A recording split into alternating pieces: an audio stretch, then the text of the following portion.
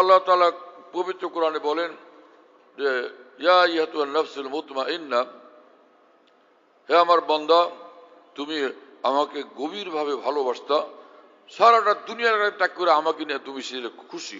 রাযিতু বিল্লাহি রাব্বা ওয়া বিল ইসলামি দীনা ওয়া বি মুহাম্মাদিন সাল্লাল্লাহু আলাইহি ওয়াসাল্লাম রাসূলা। তোমার কথা ছিল আমি আল্লাহকে নিয়ে খুশি, আমি দ্বীন ইসলাম নিয়ে খুশি, আমি মুহাম্মদুর রাসূলুল্লাহ সাল্লাল্লাহু আলাইহি ওয়াসাল্লামকে নিয়ে খুশি, আমি তোমাকে খুব চিনি। শাইখুল হাদিস মাওলানা জাকির রহমাতুল্লাহ আলাইহি এক বুজুর্গের এক ছন্দ উল্লেখ করছিলেন যে ঈমানওয়ালা কাকে বলে শোনো, তাওহীদ তো ইহ है कि बस खुदा हशर में कह दे ये बंदा दो आलम से खफा मेरे लिए है।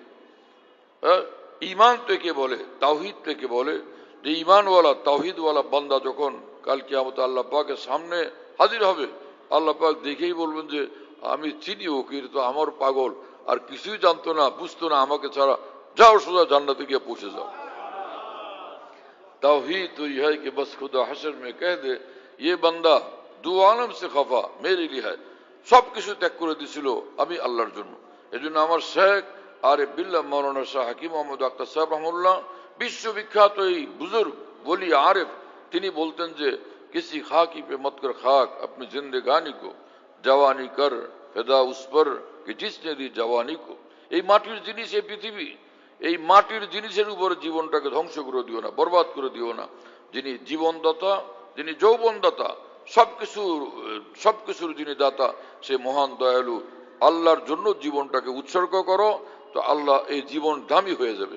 হ্যাঁ, जिंदगी पुरबहार होती है रब से जब हम किनार होती है।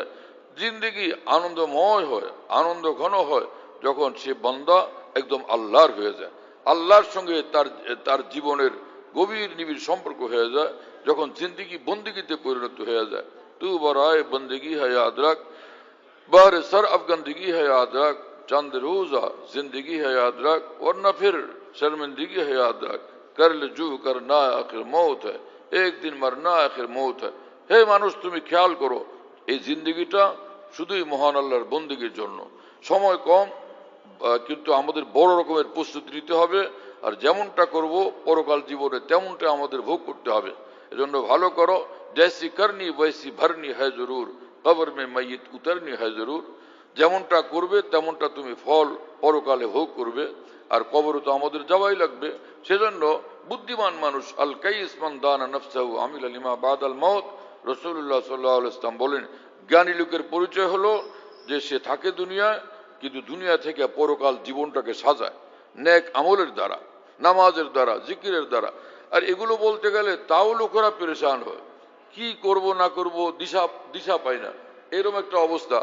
আমি চাকরি করি বাকরি করি, আমি পুলিশ, আমি আর্মি, আমি অফিসার, আমি কোম্পানির মালিক, আমি ব্যবসায়ী, আমি জব করি। মানুষের হাজার ব্যস্ততা থাকে না পৃথিবীতে, তো এর মধ্যে আমাদেরকে কি করতে বলেন? আরে ভাই, আমি আমার ছোটবেলা থেকে যাই কিছু পড়াশোনা করলাম, কিন্তু কোরআন সুন্নাহ মোতাবেক এরকম একদমই সঠিকভাবে মুসলমানদেরকে রাস্তা দেওয়ার মতো লোকের সংখ্যা কম পাওয়া গেছে, একদম কম পাওয়া গেছে। সারা দুনিয়ার সব কথা বলা হয়, মূল কথা ধরায় দেওয়া হয় না। মুসলমান এই জন্য ইসলামকে মুশকিল মনে করে, অথচ ইসলাম একদম সহজ।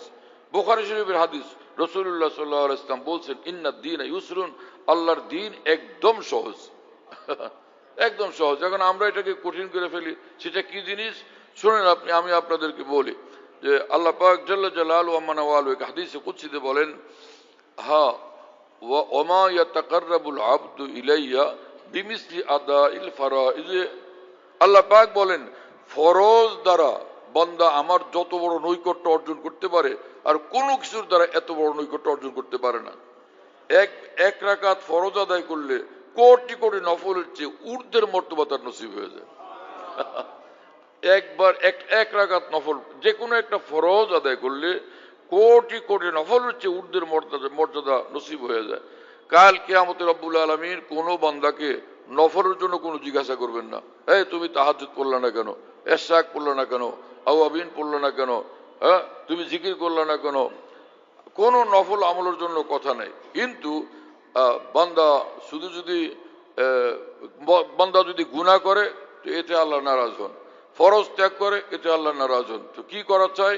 শুধু এতটুকু কাজ, যে ফরজ ওয়াজিবগুলো আদায় করা, সুন্নতে মুআক্কাদাগুলো আদায় করা, আর গুনাহ থেকে একদম বাঁচা, আর হালাল খাওয়া। এইটুকু যদি করে বান্দা, নিঃসন্দেহে সে একদম সোজা জান্নাতি বান্দা। এর পক্ষে এক দলিল শুনেন। قال رسول الله صلى الله عليه وسلم من أكل طيبا وعمل في سنة وأمن الناس بوائقه دخل الجنة।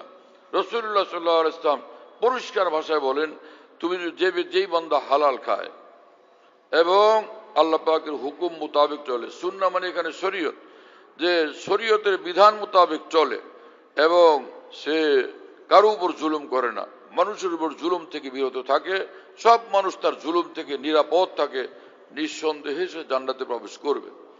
তাইলে এখানে কথা কি হলো?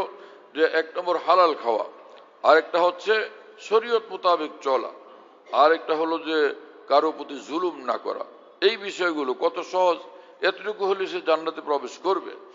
এজন্য তাফসীরের কিতাবে মুফাসসিরিন ইকরাম জায়গায় জায়গায় এই কথা বারবার বলছেন।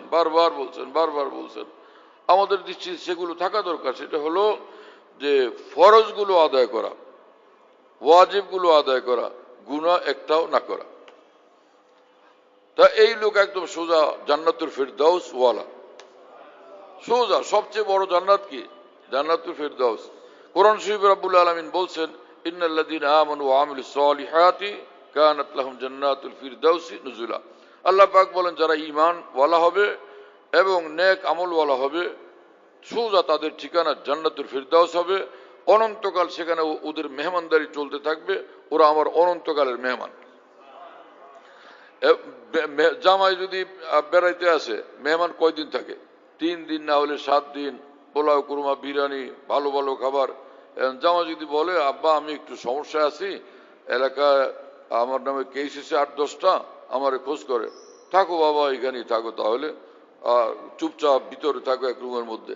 আচ্ছা, এখন ওই 6 মাস পর্যন্ত আর যায় না, 6 মাস 9 মাস পর্যন্ত এখানেই পড়ে আছে। এমনকি প্রতিদিন মেহমানদারি।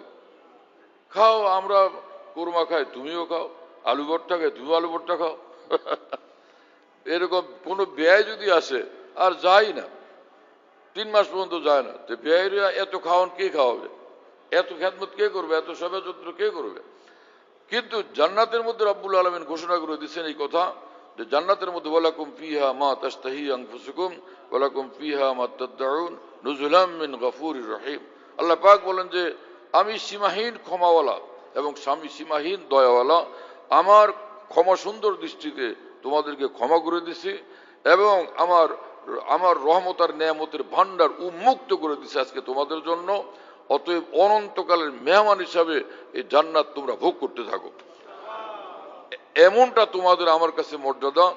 মুখে একটা কথা বলবে, যাই কিছু মুখ দিয়ে চাইবে, সেটা আমি পুরো করে দিব।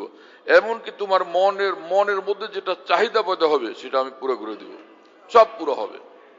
এইরকম মর্যাদা সম্পন্ন মেহমান বানাবেন রব্বুল আলামিন। তো ঈমান এবং নেক আমল, এই আমিলুস সালিহাত, এই সালিহাতের অর্থ আর তাকওয়ার অর্থ দুইটা বরাবর। যে কি অর্থ এখানে? নেক আমল, এই নেক আমলের উদ্দেশ্য হলো ফরজ এবং ওয়াজিবগুলো, বাধ্যতামূলক আমল যেগুলো, সেগুলো করা। এই ইত্তাকুল্লাহ বিমতিসালিল আওয়ামির ওয়াজতিনাবিন নওয়াহি, আল্লাহকে ভয় করো। আল্লাহকে ভয় করার কি অর্থ? মুফাসসিরিন ইকরাম তাফসীরের কিতাবগুলো থেকে স্পষ্টভাবে লিখছেন এটা, যে আল্লাহর যে বাধ্যতামূলক নির্দেশগুলো, হুকুমগুলো, এটা পুরা করো, আর নিষিদ্ধ বিষয়গুলো থেকে বিরত থাকো।